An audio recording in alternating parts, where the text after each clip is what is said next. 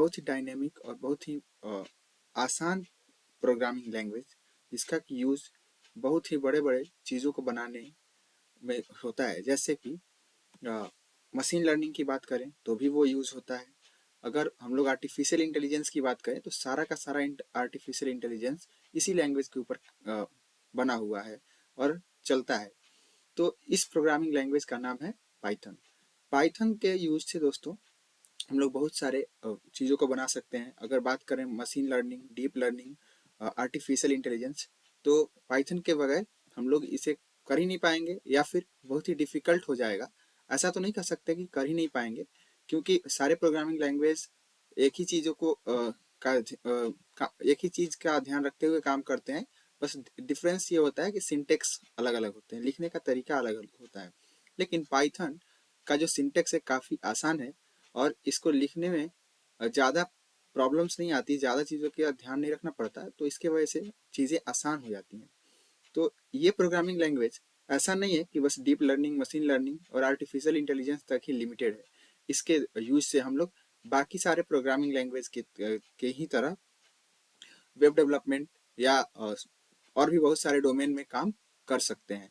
तो चलिए इस प्रोग्रामिंग लैंग्वेज के बारे में देखते हैं कि इसे किसने बनाया, कब बनाया और आखिर ये प्रोग्रामिंग लैंग्वेज इतना पॉपुलर क्यों है, इतना फेमस क्यों है, और खास करके आर्टिफिशियल इंटेलिजेंस के क्षेत्र में। तो सबसे पहले बात करते हैं इसे किसने बनाया। तो इसे बनाने वाले का नाम था गुडो वान रोजम्स। ग्यूडो वान रोजम्स ने इसे सबसे पहले 1991 में डेवलप किया था, जो कि इससे डेवलप किया था। इसके डेवलपर यानी डिजाइनर का नाम था, जिसने इसे डिजाइन किया था, उसका नाम ग्यूडो वान रोजम था, जिसने कि 1991 में इसे डिजाइन किया था।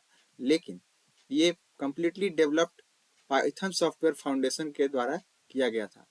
It is mainly developed to emphasize the code readability and its syntax allow programmer to express concept। मैंने आपको पहले ही बोला था कि ये जो प्रोग्रामिंग लैंग्वेज है काफ़ी आसान है।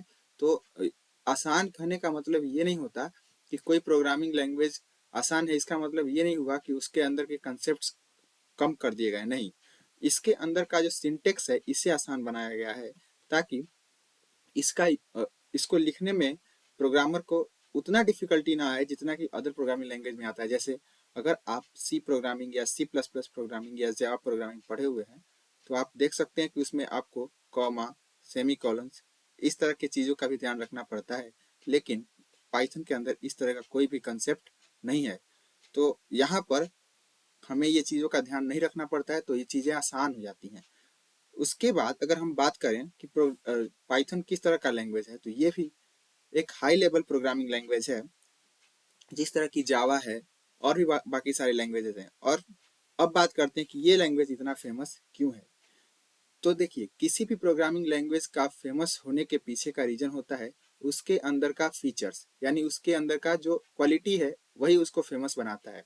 तो जो पाइथन भी है, इसके अंदर बहुत सारे फीचर्स ऐसे हैं जिसके वजह से ये इतना फेमस है। जैसे कि पहला तो सबसे फर्स्ट की इसकी फीचर की बात करें तो ये यूज करना आसान है, यानी इजी टू यूज। और जो चीज़ें आसान करने में यूज करने में आसान होंगी वो ज़्यादा फेमस होंगी। ये चीज़ें हमें पता है, आपको ही पता है। तो इसके अंदर क्या होता है कि जैसे नॉर्मल हम लोग इंग्लिश लिखते हैं, उसी प्रकार इसमें हम लोग इंग्लिश के चीज़ों को ही लिख करके ज़्यादातर काम को करते हैं। जैसे अगर कोई चीज़ प्रिंट करवाना है तो हमें सी की तरह, सी प्लस प्लस की तरह कोई अलग चीज़ें याद करने की ज़रूरत नहीं है। नॉर्मली हम प्रिंट लिख देंगे तो ये प्रिंट होकर के हमें मिल जाएगा। बस ध्यान यहाँ पर ये रखना है कि इंडेंटेशन हमारा सही होना चाहिए। अब ये इंडेंटेशन क्या है, इसके बारे में हम लोग जब अब इस प्रोग्रामिंग लैंग्वेज के अंदर जाएंगे तो समझेंगे। लेकिन यहाँ पर एक चीज़ें हैं, जैसे कि हमें सी प्लस प्लस में, सी में, जावा में कर्ली ब्रैकेट्स या ब्रैकेट्स का ध्यान रखना पड़ता है। यहाँ पर किसी भी तरह का कर्ली ब्रैकेट्स नहीं होता। उसके बाद इसका डायनेमिकली टाइप्ड है, हाई लेवल लैंग्वेज है। इसमें भी सी प्लस प्लस, जावा की तरह ऑब्जेक्ट ओरिएंटेड प्रोग्रामिंग भी है। ये इंटरप्रेटेड लैंग्वेज भी है। तो बाकी इतने सारे इसके फीचर्स हैं, आप इस फीचर्स को एक बार पढ़ लीजिएगा और अगर आपको इस फीचर्स में कोई भी प्रॉब्लम आ रहा है, समझ नहीं आ रहा है, तो कमेंट सेक्शन में ज़रूर बताइएगा। तो इस तरह से हमारा जो पाइथन है काफ़ी फेमस है। तो आज के वीडियो में बस इतना ही। आगे की वीडियो में हम लोग पाइथन के सीरीज के साथ धीरे धीरे करके एक एक कंसेप्ट को सीखेंगे। तब तक के लिए अगर आपको हमारा ये वीडियो इन्फॉर्मेटिव लगा तो हमारे चैनल को लाइक करें, शेयर करें और सब्सक्राइब करना बिल्कुल ना भूलें। अगर आप सब्सक्राइब कर लिए हैं तो आप अपने दोस्तों को भी इसे शेयर करें, क्योंकि आज के आज से के आगे आने वाले सारे वीडियो में हम लोग पाइथन को ही डिस्कस करने वाले हैं और पाइथन के सारे कंसेप्ट्स को भी डिस्कस करेंगे। तो ये वीडियो काफ़ी मज़ेदार और इंटरेस्टिंग और साथ ही साथ इंफॉर्मेटिव होने वाला है।